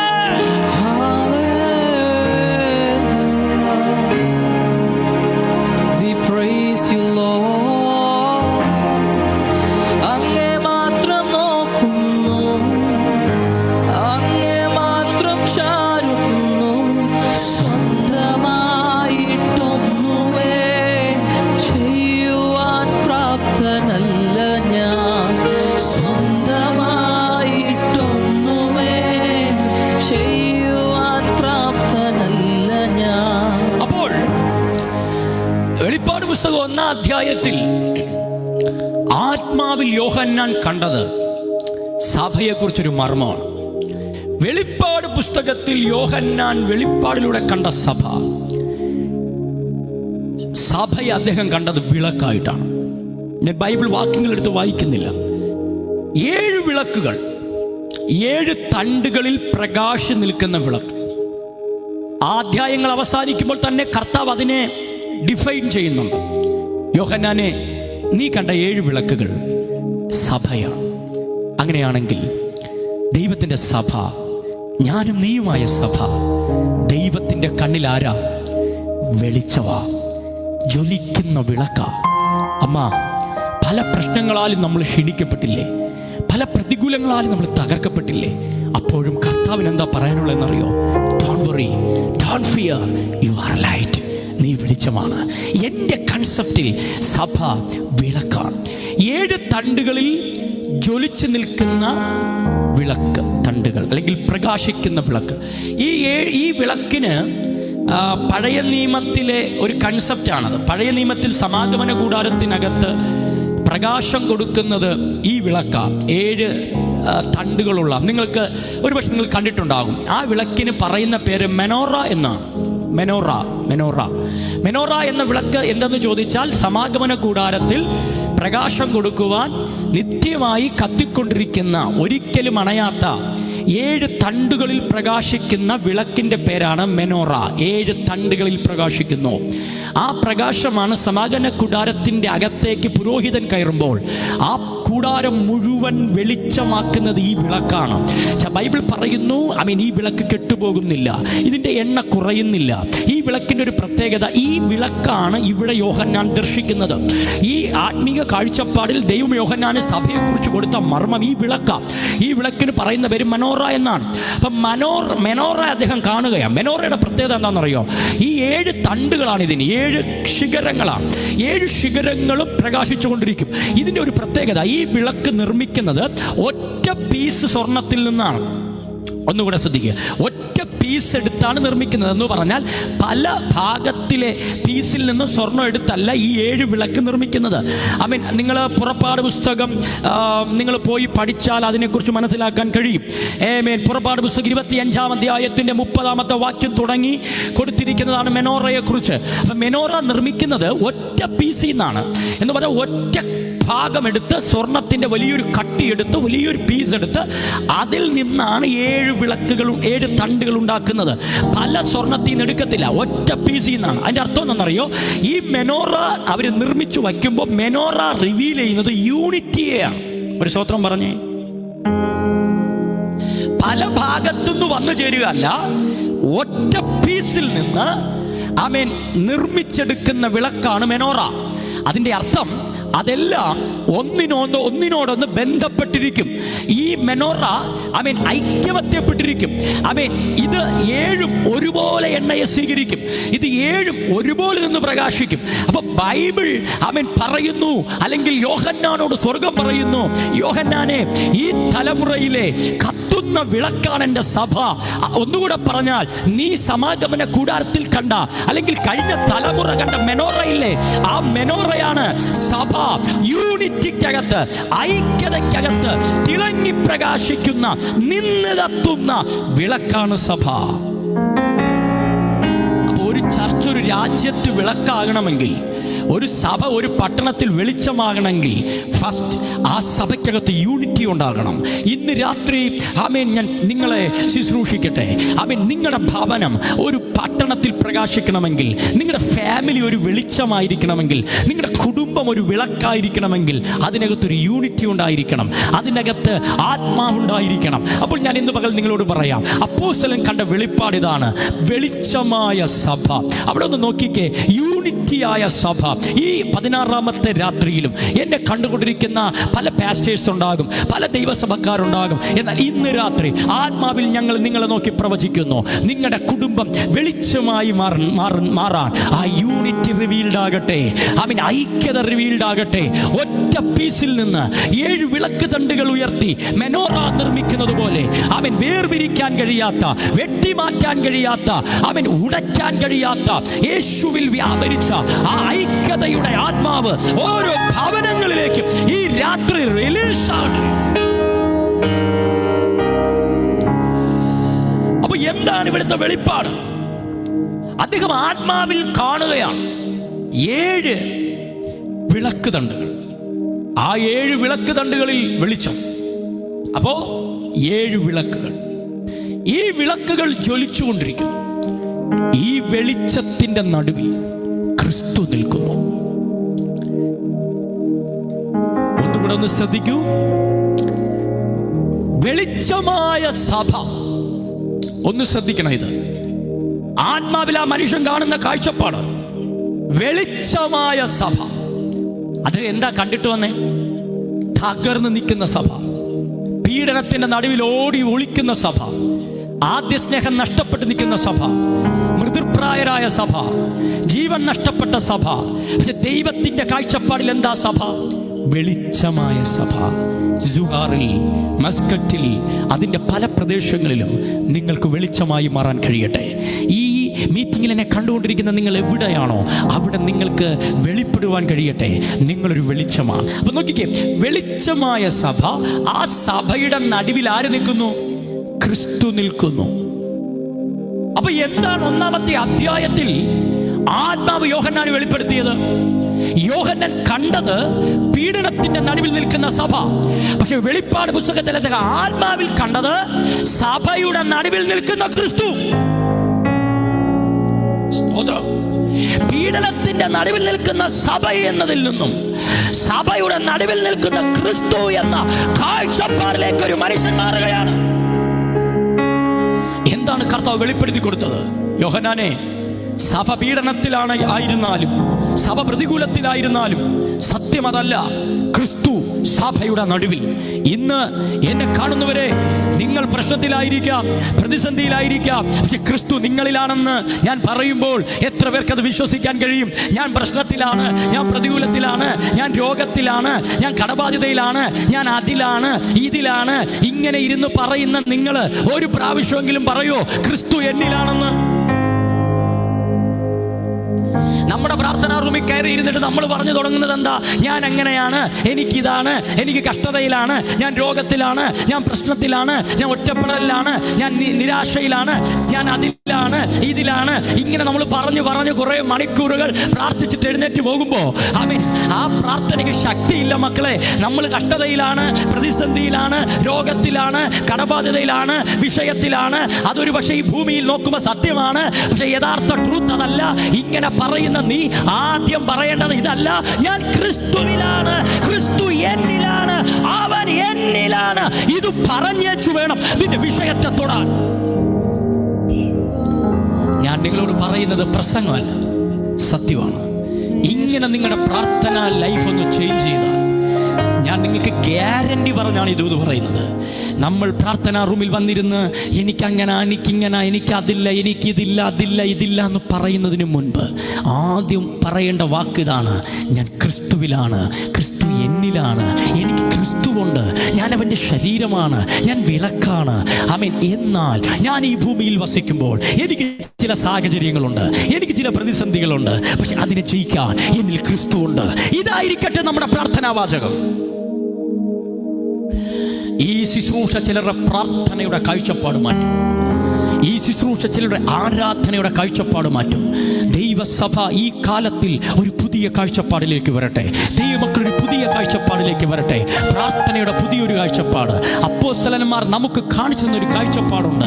കാരാഗൃഹത്തിനകത്തും ആമേൻ, അപ്പോസ്തലന്മാർ പ്രസംഗം എഴുതി നിറച്ചതല്ല ലേഖനങ്ങൾ. എല്ലാ ലേഖനത്തിൻ്റെയും ആദ്യ ഭാഗങ്ങൾ എടുത്ത് പഠിച്ചു നോക്കൂ, നിങ്ങൾക്ക് കാണാൻ കഴിയും.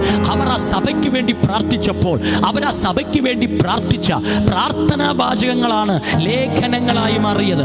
ആ പ്രാർത്ഥനയ്ക്കകത്ത് ദൈവം വെളിപ്പെടുത്തി കൊടുത്ത വെളിപ്പാടുകളാണ് ലേഖനങ്ങളായി മാറിയത്. അപ്പൊ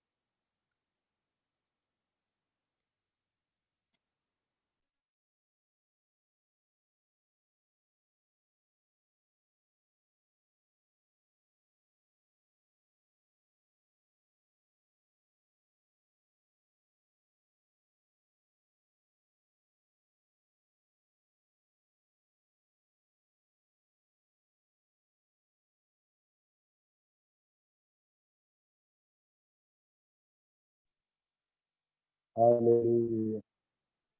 Hallelujah. Praise the Lord.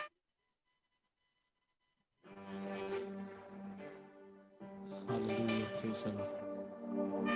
Hallelujah.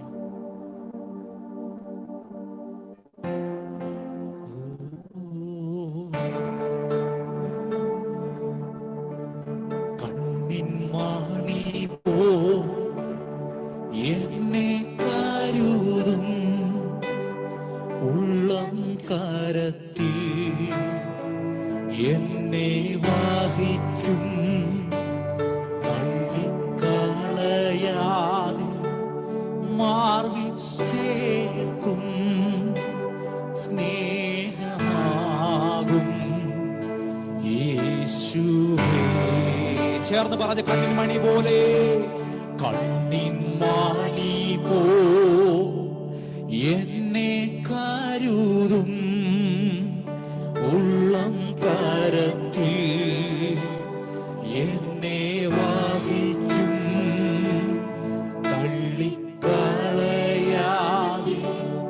Marvel ചേർക്കും സ്നേഹമാകും യേശുവേ.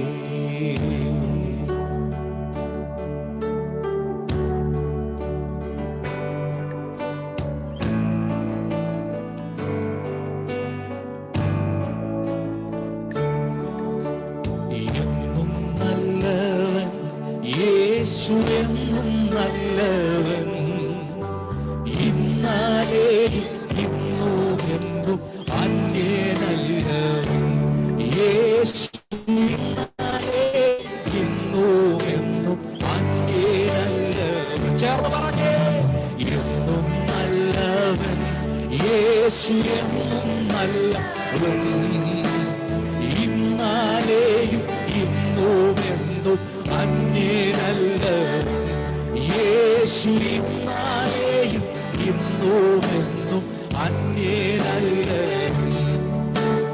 ഭാരമുള്ളിൽ നേരിടും നേരമെല്ലാം താങ്ങിടും. ചേർന്ന് പറഞ്ഞേ, ഭാരമുള്ളിൽ നേരിടും നേരമെല്ലാം താങ്ങിടും സാരമില്ലെന്നോടിടും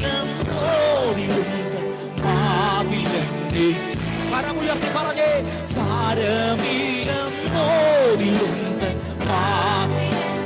എല്ലാവരും പറഞ്ഞേ, നല്ലവൻ എന്നും നല്ലവൻ യേശു, എന്നും നല്ലവൻ, ഇന്നാലെയും ഇന്നും എന്നും അന്യനല്ലവൻ യേശു, ഇന്നാലെയും ഇന്നും എന്നും അന്യനല്ലവൻ. ചേർന്ന് പറയാമോ, എന്നും നല്ലവൻ യേശു, എന്നും നല്ലവൻ, ഇന്നാലെയും ഇന്നും എന്നും അന്യനല്ലവൻ യേശു, ഇന്നാലെയും ഇന്നും എന്നും.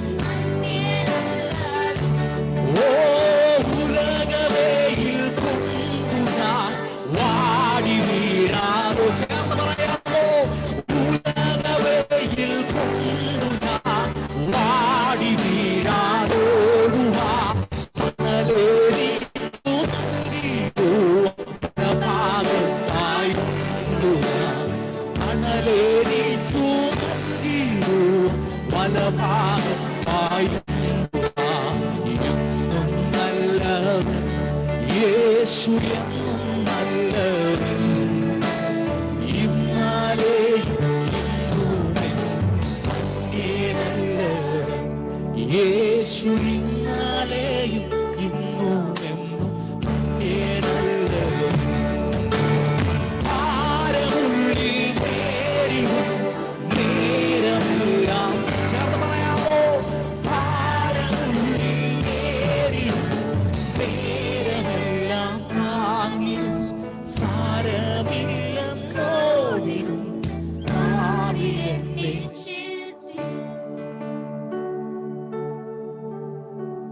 Praise you. സോറി, കട്ടായി പോയതുകൊണ്ടാണ്. Very sorry. നമുക്ക് കണ്ടിന്യൂ ചെയ്യാം. അപ്പോൾ യോഹന്നാൻ അപ്പോസ്തലൻ കണ്ട വെളിപ്പാട് വെളിച്ചമായ സഭയും വെളിപ്പെട്ട് നിൽക്കുന്ന ക്രിസ്തു. ഒന്നാം അധ്യായത്തിൽ അദ്ദേഹം കണ്ട കാഴ്ചപ്പാട് വെളിച്ചമായ സഭ, വെളിപ്പെട്ട് നിൽക്കുന്ന ക്രിസ്തു. അപ്പൊ ഇന്ന് നമുക്ക് തിരിച്ചറിയാം, ആ വെളിച്ചത്തിനകത്ത് ക്രിസ്തു പ്രദർശിക്കപ്പെടുകയാണ്. അവിടെ ഒന്നുകൂടി നമ്മൾ വിശദീകരിച്ചാൽ, ആ 7 വിളക്കുകൾ പ്രകാശിക്കുന്നു, ആ വെളിച്ചത്തിന് നടുവിൽ ക്രിസ്തു വെളിപ്പെട്ട് നിൽക്കുന്നു. അപ്പൊ എന്താണ് അതിന്റെ മർമ്മം? സഭ വെളിച്ചമാണ്.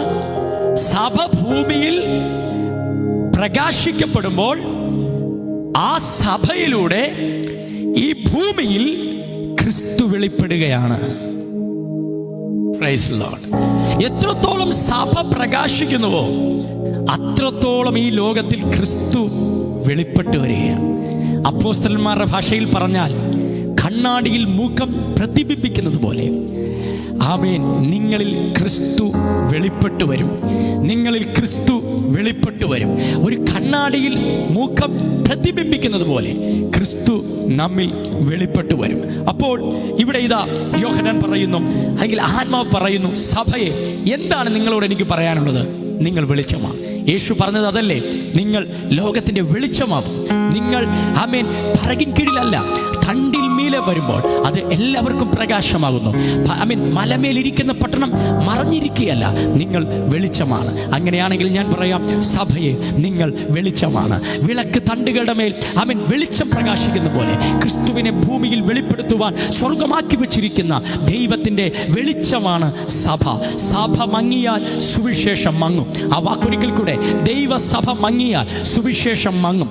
ദൈവസഭ പ്രകാശിച്ചില്ലെങ്കിൽ ക്രിസ്തുവിനെ ലോകത്തിന് വെളിപ്പെടുത്താൻ കഴിയില്ല. സഭയിലൂടെയാണ് കർത്താവ് വെളിപ്പെടുന്നത്, സഭയിലൂടെയാണ് ക്രിസ്തു വെളിപ്പെടുന്നത്. അങ്ങനെയാണെങ്കിൽ ഇന്നെന്നെ കണ്ടുകൊണ്ടിരിക്കുന്ന സഭയായ വിശ്വാസ സമൂഹമേ, ക്രിസ്തുവിന്റെ സഭയെ നാം എത്രത്തോളം ഈ വെളിച്ചത്തെ സ്വീകരിക്കുന്നുവോ, വെളിച്ചത്തെ വെളിപ്പെടുത്തുന്നുവോ, അത്രത്തോളം ക്രിസ്തു നമ്മിലൂടെ വെളിപ്പെട്ടുകൊണ്ടിരിക്കും. കരങ്ങൾ ഉയർത്തി കർത്താവിനെ സ്തോത്രം പറഞ്ഞ്, സഭ എവിടെയാണോ അവിടെ സ്വർഗം കാണുന്നത് കത്തുന്ന വിളക്കാണ്. ആ പദം ഒന്നുകൂടെ, സഭ എവിടെയാണോ അവിടെ സ്വർഗം കാണുന്നത് വെളിച്ചത്തെയാണ്.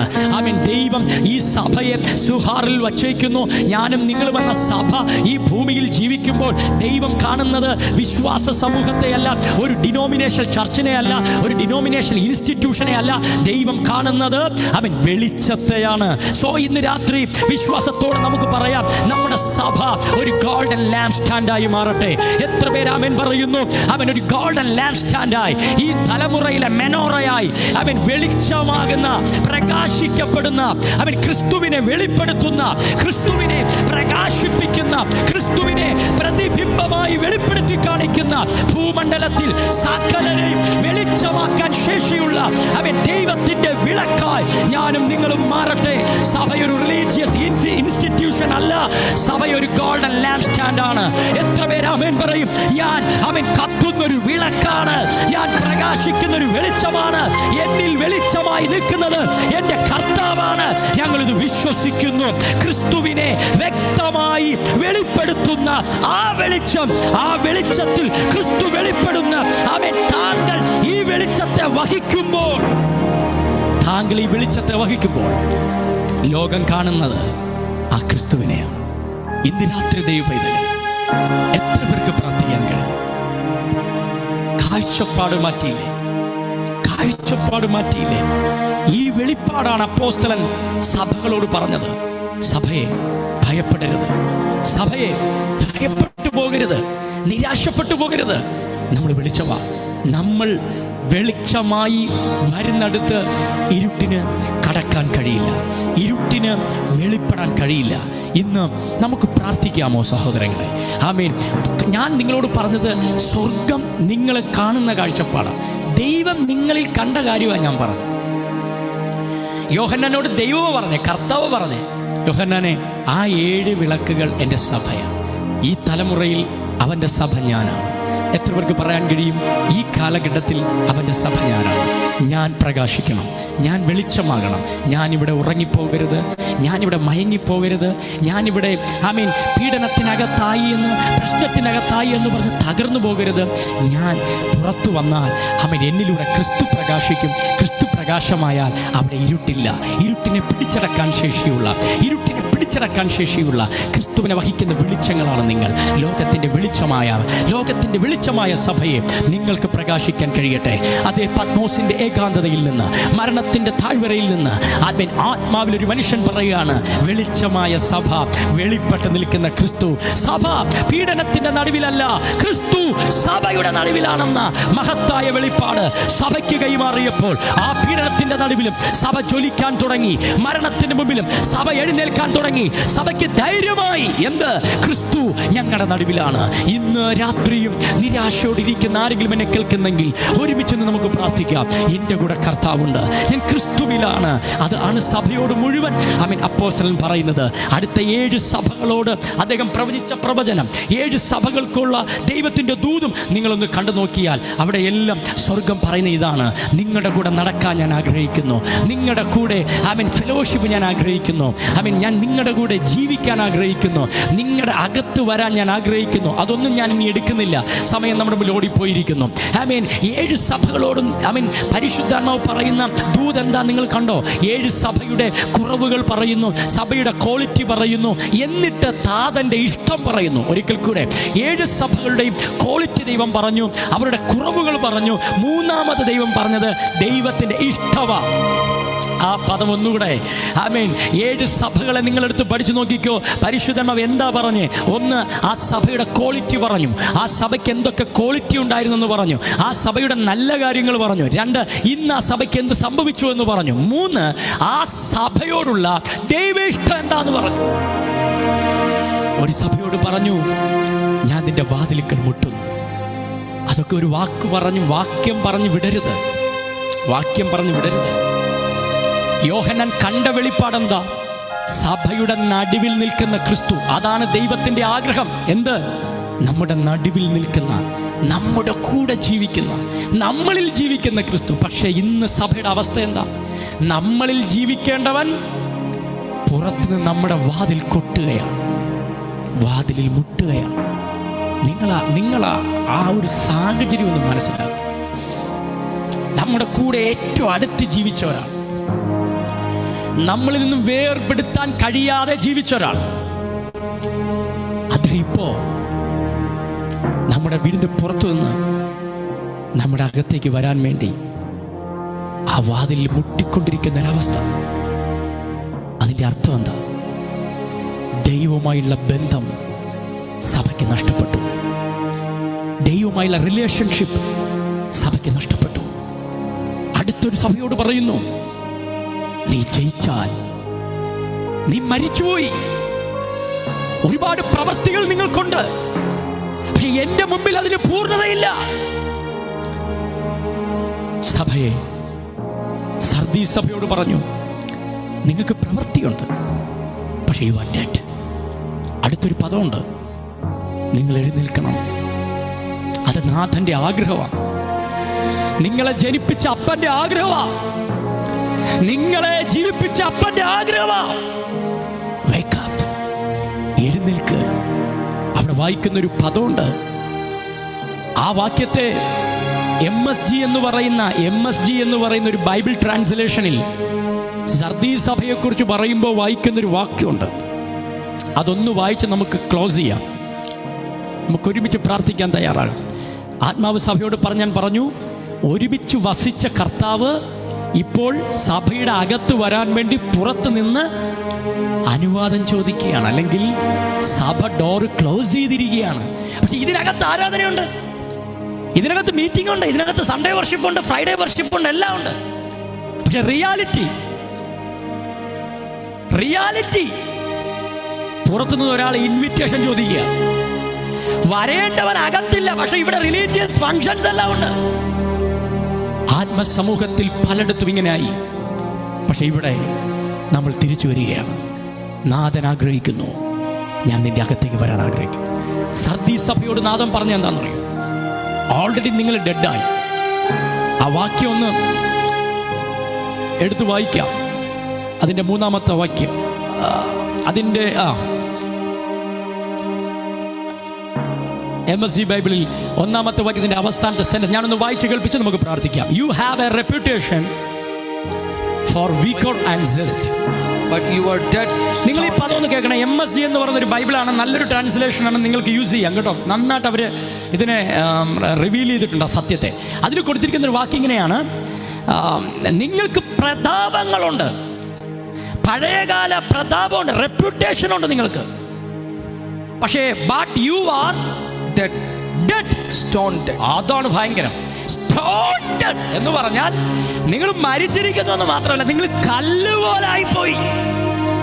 അത് ഭയങ്കര അർത്ഥമാട്ടോ. സഭയെ, യു ആർ ഡെഡ്, സ്റ്റോൺഡ്, കല്ലുപോലെ മരവിച്ചു. പല വിശ്വാസ കുടുംബങ്ങളും അങ്ങനല്ലേ? പലരും ചോദിക്കുന്നത് ഞാൻ കേട്ടിട്ടുണ്ട്, ഇത്രയും ദൈവശബ്ദം കേട്ടിട്ട് നിങ്ങൾക്ക് എന്താ മാറ്റം വരാത്തത്? ഇത്രയും സാന്നിധ്യം അനുഭവിച്ച് നിങ്ങൾക്ക് എന്താ മാറ്റം വരാത്തത്?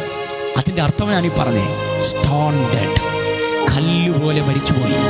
ആത്മാവിൻ്റെ ശബ്ദത്തിനോ ആത്മാവിൻ്റെ ഇഷ്ടത്തിനോ അവരെ സെൻസ് ചെയ്യാൻ കഴിയുന്നില്ല. അവർക്കതിനെ സ്വീകരിക്കാൻ കഴിയുന്നില്ല. കാരണം സ്റ്റോൺഡ്, ആ കല്ലുപോലെ മരിക്കപ്പെട്ടു. ആമേൻ. അടുത്ത വാക്കുകൂടെ വായിച്ച് ഞാൻ ഇവിടെ പ്രാർത്ഥിക്കും. അതിന്റെ അടുത്ത വാക്ക് ശ്രദ്ധിക്കൂ. നിങ്ങൾക്ക് തിരിച്ചു വരാൻ കഴിയും.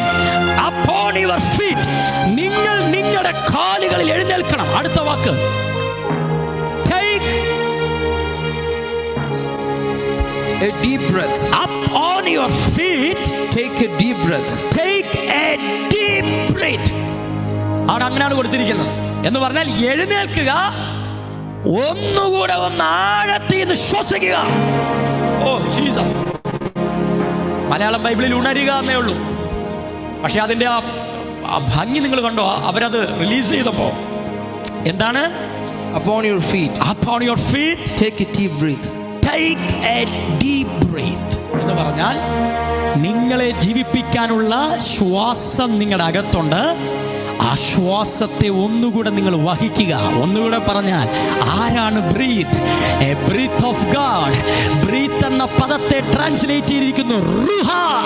റുഹ എന്ന പദത്തിന്റെ അർത്ഥമാണ് ബ്രീത്ത് ഓഫ് ഗാഡ്, ദൈവത്തിന്റെ ശ്വാസം. പരിശുദ്ധാത്മാവ് സഭയോട് പറയുന്നു, ടേക്ക് എ ബ്രീത്ത്. അവൻ ടേക്ക് എ ഡീപ് ബ്രീത്ത്. ആത്മാവിനെ ഒന്നുകൂടെ അനുവദിക്കുക. മരണകരമായ വിഷയത്തിൽ ആത്മാവിനെ സ്വീകരിക്കുക. ഉണരുക.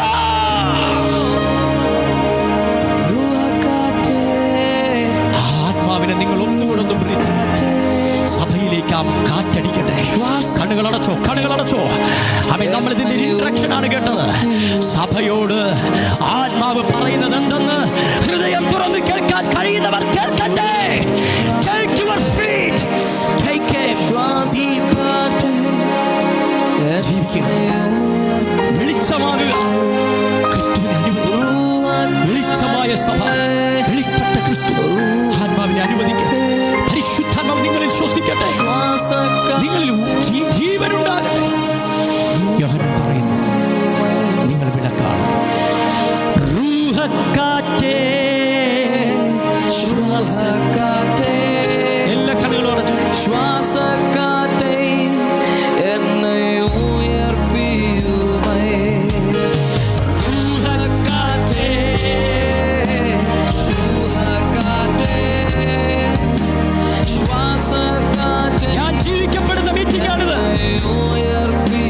എവിടെയൊക്കെയോ സ്പിരിച്വൽ ലെവൽ ഡെത്തായ ചിലർ എല്ലാമാകുന്ന മീറ്റിംഗാണിത്. ഇരുട്ട് വ്യാപരിച്ച ചിലടത്ത് വെളിച്ചമായി പ്രകാശിക്കുന്ന മീറ്റിംഗ്. ഞാൻ പ്രകാശിക്കും, ക്രിസ്തു വെളിപ്പെടും. വെളിച്ചമായ സഭ, വെളിപ്പെട്ട ക്രിസ്തു. ആത്മാവ് സംസാരിക്കും. നിങ്ങൾ കഷ്ടതയുടെ നടുവിലല്ല, നിങ്ങളുടെ നടുവിൽ ക്രിസ്തു. ആത്മാവിൽ ഈ മക്കളെ മുഴുവൻ കർത്താവേ, ആത്മാവേ, ജീവിപ്പിക്കുന്ന ആത്മാവേ, ജീവിപ്പിക്കുന്ന ആത്മാവേ. ആ കർത്താവ് പറയുന്നൊരു ബന്ധമുണ്ട്. I want fellowship with Lord. ആ കൂട്ടായ്മയിലേക്ക് വരാം, ആ ലൈഫിലേക്ക് വരാം. അവിടെ നാം ഒരു വെളിച്ചമാണ്. അവിടെ ക്രിസ്തു വെളിപ്പെടുകയും ഞങ്ങൾ ഒരുമിച്ച് മക്കൾക്കായി സൗഖ്യം നടക്കട്ടെ, വിടുതൽ നടക്കട്ടെ, ആത്മിക ജീവൻ സംഭവിക്കട്ടെ, മരിക്കപ്പെട്ട അവസ്ഥകൾ മാറും. സഭ ആത്മാവിനൊരു തലമുറ ജനിക്കട്ടെ. സ്പിരിച്വൽ കവറങ്ങളിലൊരു തലമുറ ജനിക്കട്ടെ. ആത്മാവിൽ ജീവിക്കുന്ന, ആത്മാവിൽ നടക്കുന്ന, ആത്മാവിനെ അറിയുന്ന ഒരു തലമുറ ജീവിക്കട്ടെ. ഒരുമിച്ച് കൽപ്പിച്ച് യേശുവിൻ നാമത്തിൽ ആമേൻ. വെളിപ്പാട് പുസ്തകത്തിലൂടെ പത്രോസിന്റെ മരണത്താഴ്വരയിൽ നിന്നും അഭിഷക്തൻ ആത്മാവിൽ നമ്മളോട് പറയുന്നു, വെളിച്ചമായി